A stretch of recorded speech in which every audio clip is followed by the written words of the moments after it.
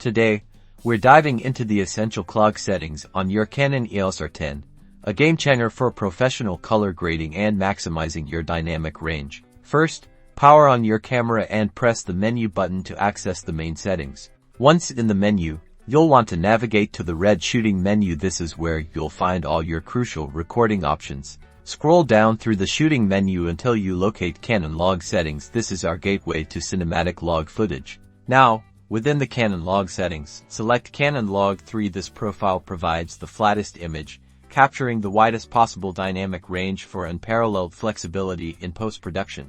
You'll notice immediately that your live view preview will appear much flatter and desaturated. This is exactly what we want. Why Euro? It means we're capturing the maximum amount of visual data for color grading later. While in log mode, remember to adjust your ISO for the cleanest image. Aim for the native ISO of your camera when shooting CLog, which is typically found around ISO 800 for most Canon log profiles. You might also want to briefly consider softening your in-camera sharpness slightly to avoid introducing digital artifacts before the detailed sharpening you'll do in post-production. The beauty of CLog is that it gives you immense control over your final look. While it appears flat straight out of the camera, this seemingly dull footage is a blank canvas, ready to be transformed into stunning, cinematic masterpieces with proper color correction and grading.